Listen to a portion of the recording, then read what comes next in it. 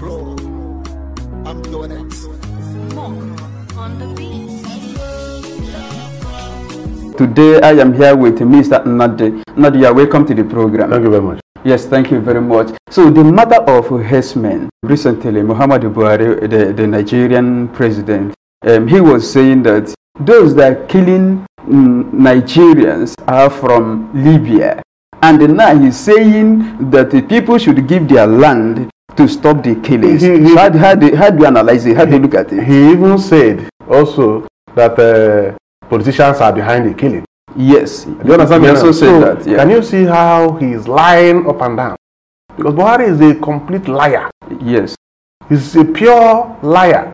And that is an indication that he is not even hiding his plan. Yes. He's not hiding his plan. And if you look at the way he has designed the killing, you discover that why he is saying that people should give the Fulani Herdsmen land is to give them a permanent position, to position them in a very good position so that it will be easier for them to achieve that mission, which is to conquer everybody. Because that is their mentality. They believe in this conquering mentality, conquering people. A Fulani man doesn't believe in anything democracy. They believe in authoritarian government.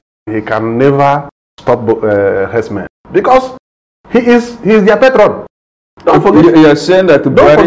Don't forget that the Mieti Allah always come up to claim responsibility of any attack, or the other way around, to support any attack. In some cases they claim responsibility, in some cases they support the attack. And Buhari is the patron of Mieti Allah. So how do you separate it?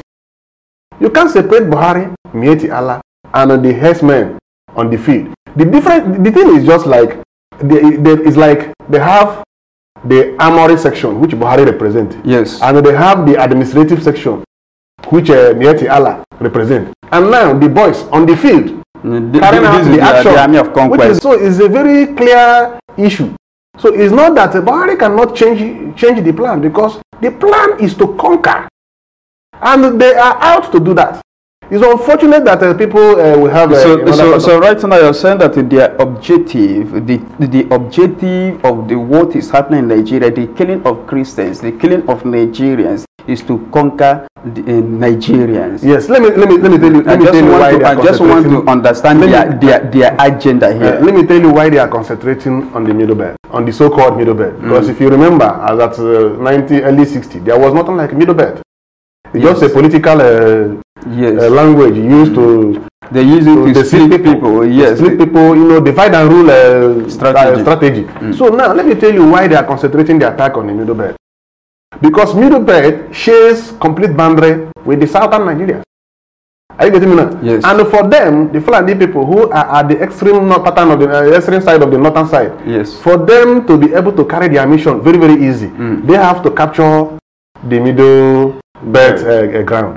Because the middle belt seems to have learned some lessons from the previous war, because when they joined them to kill Biafrans during 1966 war, they were thinking that at the end of the day everything will be fine, in good time with them. But unfortunately, they are now also part of the victim. Yes. So, and the middle belters are no longer giving them that free hand to operate and make use of their domain to attack people. So they get angry, and the next thing is to make sure that these people are either surrendered or destroyed for them to have access. So I understand what you're saying, and I believe that our audience get it right. Also, I want to understand something here. Now, what is the main agenda of this Mieti Allah, Muhammadu Buhari, that you say that Muhammadu Buhari is their patron, and the army of conquest, that is a Herdsmen, that are going out and killing Christians all over Nigeria? What is their main agenda? The main agenda is both political and religious. Okay. It's both political, because politically they want to conquer and become 100% in control of the resources. Even though now they are controlling the resources of the entire Nigeria, especially from the part of Nigeria, Biafran side, they are controlling the resources for up to 80%. But they want 100% control. So their mission is to conquer everybody politically, economically, and religiously. So, because their belief is that anybody who is not a Muslim is an infidel to them. That person is not qualified to live. They don't believe in freedom of anything. They believe in conquering. And if you look at that is why these people have refused to develop. Look at the North that have provided more than 10 former presidents in Nigeria. Yet the environment is the most underdeveloped area in Nigeria. So it's very, very clear they have that mission, but the problem is that they will not achieve anything at the end of the day, because even if you give a Fulani man gold, he will not know how to make use of that gold. So that is the situation. There is an important issue that I think everybody wants to look at and understand. They are saying that what will stop the killings is to give them land. Yes. Land for grazing, because you know that the grazing bill was brought to the National Assembly and it was defeated. The people did not accept it. Are you getting me? Now they are saying that give us your land and the killings will stop. Then the question is it a must or is it by force that the people will give their ancestral land to Fulani herdsmen? Is it possible? They are not looking for a land for grazing. They are looking for a land to stabilize and to conquer people, because they have agenda of inviting any Fulani relation, whether in Nigeria, whether in North Africa, whether in Middle East. As far as somebody is a Fulani, they have this agenda of bringing Fulanis into Nigeria to increase their population, to make sure that the mission of conquering is sustained forever. Okay. So the reason why they are looking for that land, they are not looking for that land for those Fulanis already living in the north. They are looking for that land for the people they are already importing, because currently they are already importing their fellow Fulanis from other part of the world. So what is your advice here? Because you can see they will invade a community and they will kill everybody they see. Do you understand? So what is your advice to the people? Like now they are threatened, Mighty Allah is threatened that they will invade Igbo land. Do you understand? And the Igbo people should laugh less. Do you understand? Yeah. So what is your advice to the people? Because the people are being killed. Look at what happened in Plateau State. Look at what happened in Zamfara. Look at what happened in many other places. What do you tell the entire public right now? Self-defense is enshrined in the United Nations Charter. And if anybody is watching another person to come and kill you, I think you are a foolish person. Self-defense is the only way out. Okay. Because they are not going to stop. Self-defense is the only way out. Because let me tell you something. A madman, if a madman meets a madman, they will give themselves gap. The reason why the Fulanis have been doing this is that they have never for one day challenged. They have never for one day challenged. If they had been challenged the way it's supposed to be, by now they will be the people to be asking for peace, because they are the minority. In terms of population in Nigeria, they are the minority.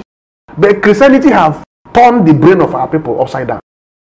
Christianity have destroyed our thinking in such a way that people will prefer even to die and go to the so-called heaven than to defend themselves. So what you're saying right now is that self-defense is self-defense is the only solution. Because when they hit you, you hit them double. Then they will ask you to come for a roundtable discussion. Without that, there will be no roundtable discussion. Thank you very much. It's hit and hit.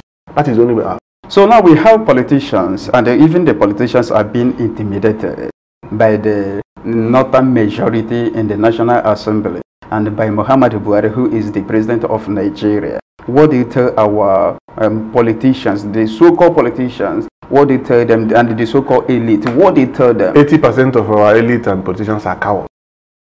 Complete cowards. I'm saying this without any remorse. 80%. I'm not saying all of them, because in every 12, just as there is Judah, Judas in every 12, there is also a saint in every 12. So, but 80% of them are cowards. And 90% of them are greedy and selfish people.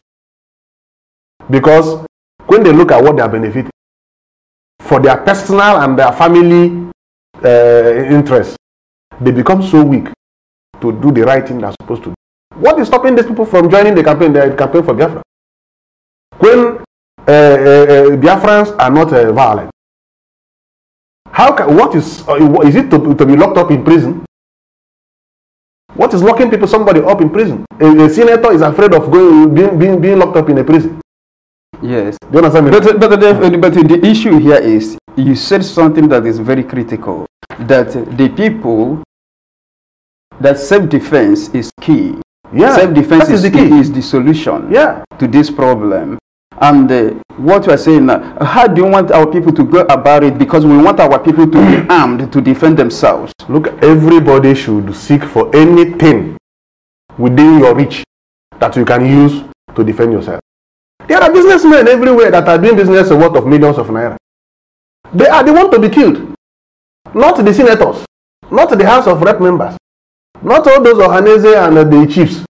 The people they are going to kill are the businessmen and the women and the children. Okay, thank you very much. So they should do something about it. Everybody should look for a way to protect himself. Okay. Then, if we start from there, let me tell you, you have to start from there first. It doesn't mean that we will end there. But when people start from there, it will draw the attention of the international community more and more. Because right now, nobody will come and start protecting you when you doesn't show any sign of being threatened. Yes. You have to demonstrate that your life is in danger for anybody to now pay attention to you. Okay, now right now, yes, you said it, you put it straight, that the people should arm themselves. Yes, they should find anything. If it is stick, anything you can use to arm defend yourself, then you have to do it. Yeah. But as well, but they should not go and attack anybody. Yes. But they should watch, put the security measure on the ground, get certain things to defend themselves. Because these people do strike unexpectedly. Okay, as well, we have community leaders. We also have traditional leaders like the kings, the Ezes. Yeah. Do you understand? We have the Izes, all the rest of them, the chiefs, the leaders in our communities, even in the villages. So what is the advice to them right now? Because herdsmen are coming. The old and they are saying that everybody, that the people should defend themselves. So what is the advice to them? Sometimes in past I happen to participate in community vigilante. Okay. That kind of vigilante. That time that armed robbers used to come and invade somebody's house. In the night they will come and break your door. Yes. And rob everything, take everything you have. Even sometimes they will rape the women and rape the children. Yes. You understand me now? Yes. So what did we do then? We gather ourselves, organize ourselves to protect our community. And we use any means possible to do that. And before we last, it didn't last much. The enemies disappear. The enemies disappear. Then some of them were caught and handed over to police. So in this case now, they should reintroduce that old method of securing the community. That let them start from somewhere first. Okay, thank you very much. There is one other critical issue inside this matter. When herdsmen are attacking the Nigerian security agents, we stop the people from any reprisal or to defend themselves. Do you understand? And when these people are being killed, the Nigerian security agents will protect the herdsmen killers, and they will escape. So this is a very big problem, and here we understand that this is being orchestrated by the security agencies in Nigeria and the Nigerian government. What do you say here, Mr. It was possible like that in the first place because the people did not even prepare at all. Do you understand me now? Yes. Because had it been the community have made some preparation, at least to wage the attack or to retaliate in the attack, there is no way those people will come and kill, and after they have killed, finished, and gone, then you're relying on the police or army whom you know can collude with these people. So because they are in power. So if people had prepared, had made some underground preparation within themselves first, which is the basic principle of self-defense. So if they had made that underground arrangement on themselves, at least when they come to kill, there will be a jam. And when they jam, and maybe they themselves are killed, by the time the police army will come, they will see that these are the people that came to unleash mayhem. Even last time, some of the people who wanted to defend themselves were arrested. Because they started, do you know why they were arrested? They started making move of defense, of the self-defense. After the people had left. They had gone and left. And at that point, anybody can be a casual, can be a victim. Yes. Even a righteous person can be a victim. Yes. Do you understand me now? So, had they been there's a pre-arrangement on how to secure themselves? That is what I'm talking about. Okay, and the whole issue, what you're saying now is that self-defense is only solution, and the people must arm themselves. Yes, even the community leaders must help the people to arm themselves. Anything you can reach your hand, even if it is stick, cutlass, gun, whatever you can reach. What we need to defend yourself. Look at the whole thing, because if you look at herdsmen killers, the type of ammunition they are using AK-47 and even dangerous ammunition more than AK-47. Do you understand? So in this case, the people, I believe the people need guns to defend themselves. They're looking at the whole thing right now because we must follow record. Look at what happened in Plateau State, in Zamfara, and many other places. Herdsmen are killing. We understand that the government, the present government right now, and the security agents in Nigeria, they are colluding with these herdsmen killers. Yes. And they are killing Christians in Nigeria. What do you tell the international community right now? The international community should wake up and do the right thing by dividing Nigeria. Let them separate these people, because there is a difference in culture, there is a difference in understanding, there is a difference in way of life. So the best thing is to divide Nigeria. And we have done enough by drawing the attention of the international community. They shouldn't wait until something goes out of hand. Maybe when there is war. Sometimes I wonder why international community will always wait until war, full-scale war, takes in before they can intervene. Trump said something about this last time, but he's saying something is not enough. He has to do something bigger than say something. Right now. We need action. The international community should wake up. And the international community I'm referring to, it shouldn't be even UN, because UN seems to be collaborating with all these things. I think the American government and the Israeli government should wake up. These are the hope we have. Because most of the UN are agents of the Islamic people.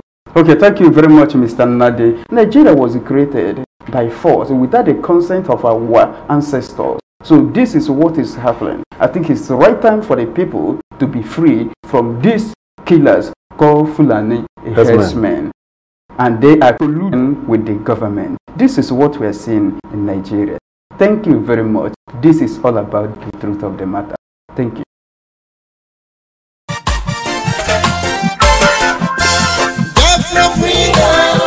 Freedom is what we need now. Freedom is what we want now. Freedom is what we need now. Freedom is what we want now. Calling the United Nations to set my people free. Calling the League of the Nations to set Biafra free. Lord no. Calling the African Union, talk about my freedom. I calling the four corners of this world to set Biafra free. Lord, what's